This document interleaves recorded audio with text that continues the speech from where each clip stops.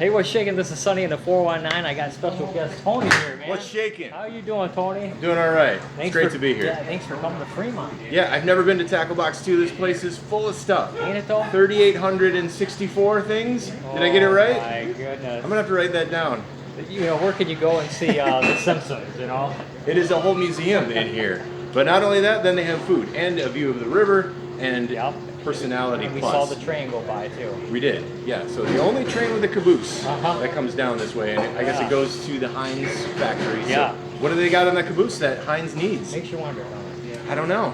You know, I was going to ask you, though, have you ever been someplace that, you left there thinking, I don't know if I really want to go Not back? yet, no. I've only been doing this since March, so. Okay, that's what I was going to ask you. Dine in the 419 is something that's different than Dine 419. Correct. You know, we're on the same thing. You know, No, I champion we're doing the it. same thing. Right? We want people to come out and just experience everything we have to offer. Local restaurants in the 419. You know, I think the 419 is the best area in Ohio. That's for sure. Yeah. We got Cedar Point, we got Toledo, we got Fremont.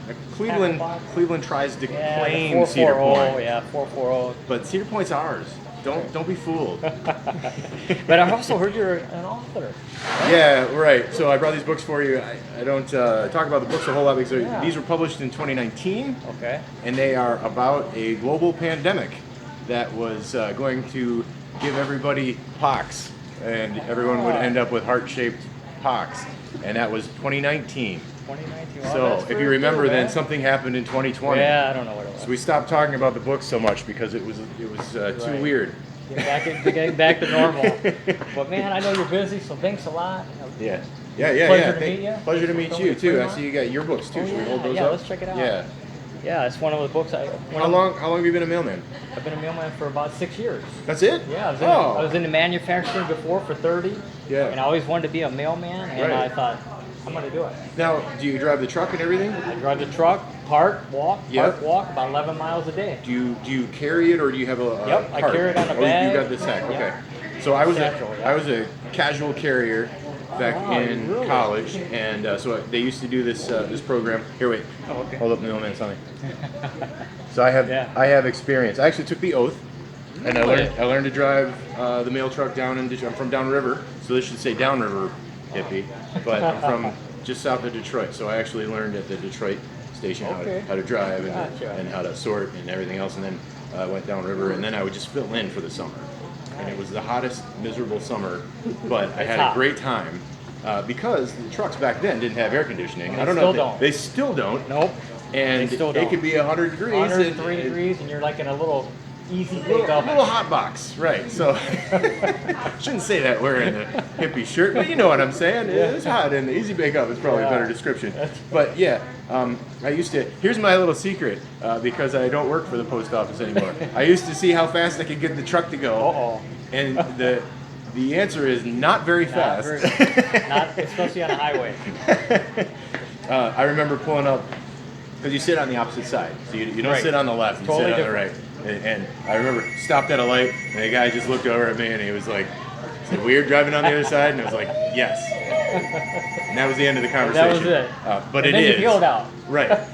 Just squealed those tires. But you can't see through the back either. There's no rear view mirror. There's no way to see. There's mirrors all over the trucks. Yeah. And so you have to do every time you get in, you got to walk all the way around, make sure all the mirrors triangulate. Check the tires. And everything. It is not an easy gig. So it's physically demanding. It's mentally taxing, and then but you get so much reward. I think.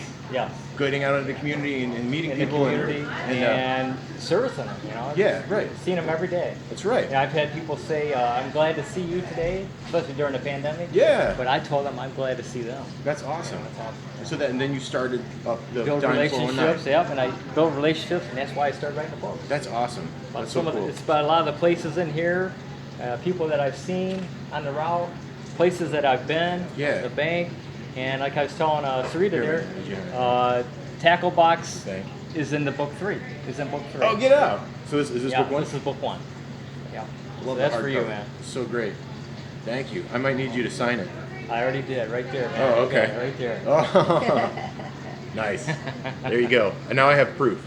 That's right. Well, thanks for coming again, man. Hey, this was awesome. Let's do it again. Yeah, for sure. Right. I had, here's a spoiler alert, I had some frog legs, some perch, and some Alaskan power, and it was all great. It doesn't matter which one you get all 3.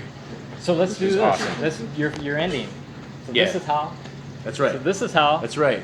we dine in the 419. That's how we die in the 419.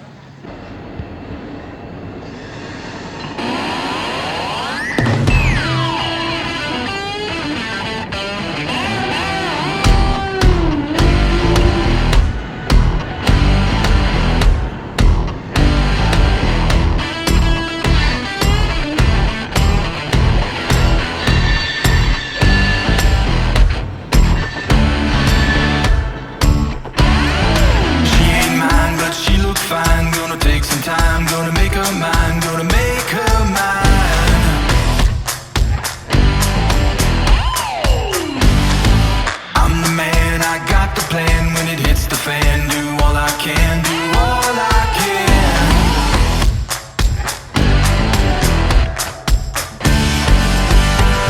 Well, she lets her